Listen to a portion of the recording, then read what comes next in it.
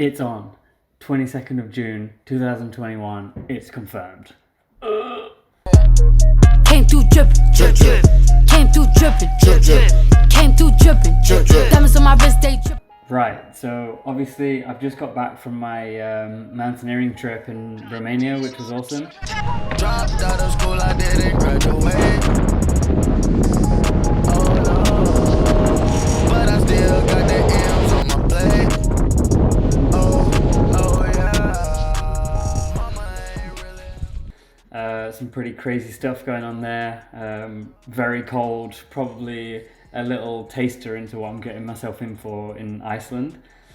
But really now the fire is under my ass. I get an email from the Info Cyclothon team, dude called Magnus. He says, we're on 22nd of June to the 25th, with all precaution due to COVID, of course. So we're back, we're in, this means it's actually on. I was in the middle of either planning for my own organised event. So either way, I don't want COVID to get in my way at all. So it was either going to go down the route of an organised event like Cyclothon, or it was going to be a self-organised thing that I was just going to roll up to with a crew, and we were just going to get it done. As for cycling's concerned, I've had a really nice set of training this week, and actually the start of this year has been really nice for me actually. I'm making a transition now from a very runner focused body, and my body knows running very well, and I can really feel that, especially in December. And I'm really making this transition now into the kind of cyclist body. It's happening fast, which is really reassuring. I'm starting to put on some weight, which is really nice. At the end of my ultra running project, I was really light. I was kind of rolling in on 61 kilograms as an average weight, which is obviously super light. And I hope by the time I get to Iceland, I'll be at something more like 68 kilograms. That's going to come with a whole lot of eating, which I've finally got my appetite back, which is super nice. I think there's something about cycling that just makes you hungry all the time, which actually didn't happen so much for running. I mean, I was running all day, every day, and my appetite was really low. And I'm not quite sure, maybe someone out there knows, but just for me, I just could not enjoy the routine of having to eat to try and match my calorie burn each day. Whereas now on the bike, when I'm cycling, I just can't stop myself. So it's really nice to be kind of back in love with food, which is good. I'm training now twice a day, once in the morning and once in the evening, and I'll balance them out, either a hard session first and a hard session in the evening. I've not really gone for this properly yet, but I've been using Zwift. My FTP is 240 right now, so yeah, I weigh around 65 kilograms, so it's doing okay. But I'm going to record like a proper ramp test in the coming days, so I'm really excited for that. I'm kind of targeting around 300 on the FTP, which I think, given some push, I think I'll be able to do it.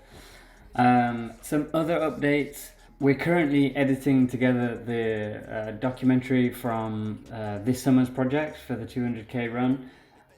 It's really coming together. We've had a preview of the kind of first 15 minutes, and I'm super excited for this to come out, because it's just it brings a bit more meaning than just a running film. You know, I have from the get-go, when we started making this project, we started with, let's not make a running film. The challenge has been to film something around running that doesn't have like a vibe of a running film, you know, and that's been our kind of guiding star for this film, and I think it's really showing. I think we're kind of leading more with passion and emotion than we are with the actual run itself, which I think will be quite an interesting twist. Yeah, and also maybe just a quick mention and a big thank you to Wahoo. Wahoo are a bike trainer brand And because of the nature of the training for this project, I'm going to be basically doing all of my training indoor. I really appreciate that someone like Wahoo is stepping into this realm, because it is really a great opportunity for me and for them to really show what is achievable from inside. And I'm looking over at my machine now, and I just think without something like this, I really don't think that training for Iceland would actually be possible at this present moment, because we're all kind of stuck in our houses or whatever. But I have to say, training is what makes your goals come into fruition, and without the training it just isn't possible, so we're going to see a lot of time on this. Okay, and finally, now that I am kind of really immersing myself with cycling and the kind of mindset of cycling, I have to look out into who has done this before me, and look out into the kind of heroes and mentors that can help guide this project. And one of which is a guy called Micheal Broadwith. This guy is insane. He cycled from Land's End to John O'Groats in the fastest time. I had the pleasure of speaking to him a couple of weeks ago, just to talk to him about what went into that ride, and what was his what were the things that he considered as major wins. He said one of his successes was actually that the time that he spent commuting every single day to and from work were the most important training sessions that led up to his event. Yeah, I mean, I ride 2 hours a day, every day, all year, commuting, and so that's you said, yeah. In the end, I'm not a particularly big advocate of very, very long training rides, because my experience of people that do very long training rides is that they then tend to give themselves the next 3 or 4 days off, or not do very much. And actually, I think that you can convince yourself that you've done some great training, but actually you've just gone for a really long, slow bike ride and then had 4 days off. Yeah, wow. Which isn't really good training. It's crap training. Yeah. So you're saying that the kind of the consistency and the actually cherished rides are better than just putting hours on the saddle? Yeah, completely. Yeah, I think the reason there's so much fuss is made out of training at sweet spot is that's the kind of intensity where you can train hard and then train hard again the next day and train hard again the next day. Yeah. And equally, for me, what's so good about commuting is that I can basically I can ride pretty hard to work for an hour, and then I've got a nice 8 or 9 hour recovery at work where I can eat and drink and forget about it. And that means I've recovered enough to then, put in a pretty good session on the way home as well. And so I've kind of got 10 1-hour sessions spaced evenly throughout the week. It works really well. Such a huge foundation of his capacity to just keep chipping away and keep his energy levels super high.